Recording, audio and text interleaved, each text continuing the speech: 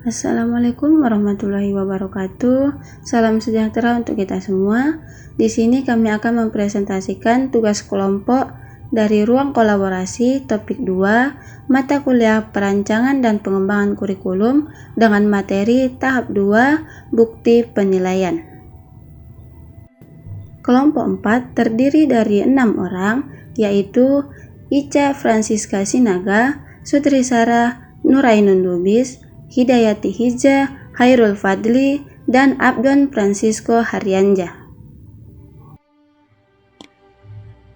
Baiklah, pada kesempatan kali ini saya akan menjelaskan pengertian asesmen.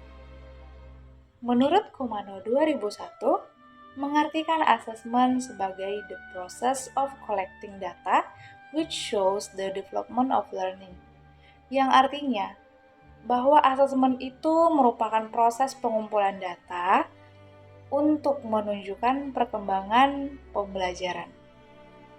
Yang kedua, menurut Wortham 2005, menyatakan bahwa asesmen merupakan proses pengumpulan informasi untuk memahami apa yang diketahui anak dan mengetahui apa yang dilakukan oleh anak dalam kehidupan sehari-hari. Sedangkan menurut Kendall dalam Pomeranz 2014, menyatakan asesmen adalah proses pengumpulan informasi mengenai klien untuk mendapatkan pemahaman yang lebih baik terhadap klien. Nah, dari ketiga pengertian menurut para ahli tersebut, kami menyimpulkan bahwa pengertian dari asesmen adalah proses pengumpulan data yang dilakukan oleh seorang guru untuk memperoleh informasi tentang perkembangan siswa, baik itu pengetahuan, sikap, maupun keterampilan. Materi yang selanjutnya tentang tujuan asesmen. Menurut Arikunto tahun 2013 menyatakan bahwa tujuan umum dari asesmen adalah untuk menentukan seberapa banyak ketercapaian atas indikator kompetensi yang telah direncanakan sebelumnya dalam suatu mata pelajaran. Sementara tujuan lainnya adalah berupa yang pertama, menilai kemampuan individu melalui tugas tertentu. Yang kedua, menentukan kebutuhan pembelajaran. Yang ketiga, membantu dan mendorong siswa. Yang keempat, menentukan strategi pembelajaran. Yang kelima, akuntabilitas lembaga. Yang keenam, meningkatkan kualitas pendidikan. Yang ketujuh, membantu dan mendorong guru untuk mengajar yang lebih baik. Manfaat asesmen yang pertama yaitu ada manfaat asesmen diagnostik, yaitu untuk mengetahui gaya belajar, karakter, serta minat siswa. Yang kedua yaitu ada manfaat asesmen sumatif, untuk mengetahui capaian perkembangan murid dan bukan sebagai hasil evaluasi untuk penentuan kenaikan kelas atau kelulusan. Yang ketiga yaitu ada manfaat formatif, untuk merefleksikan strategi pembelajaran yang digunakan serta untuk meningkatkan efektivitasnya dalam merancang dan melaksanakan pembelajaran. Macam-macam asesmen atau bukti pembelajaran.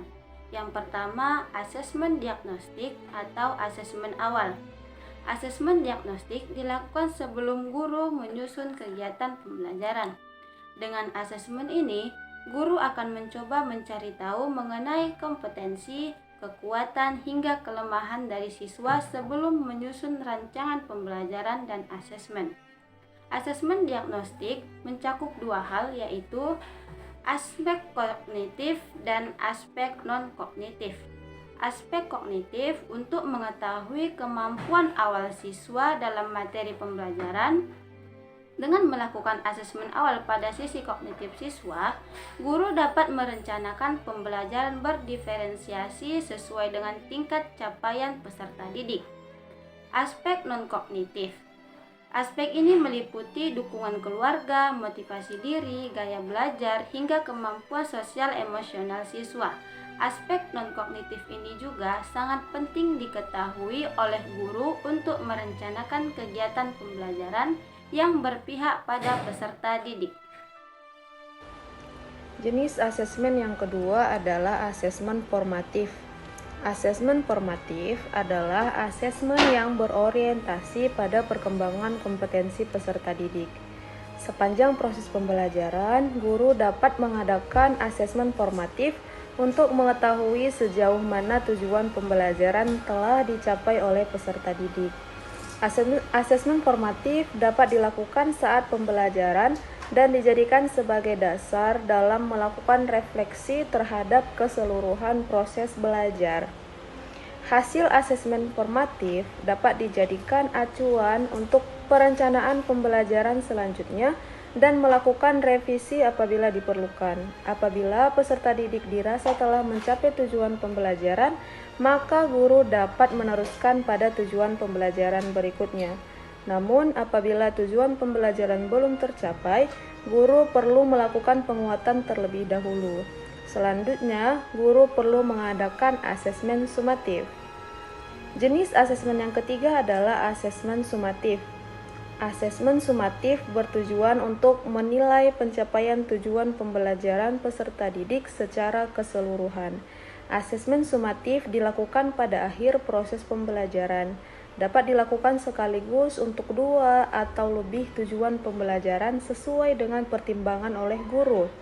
Asesmen sumatif menjadi bagian dari perhitungan penilaian di akhir bab, akhir semester, atau akhir tahun.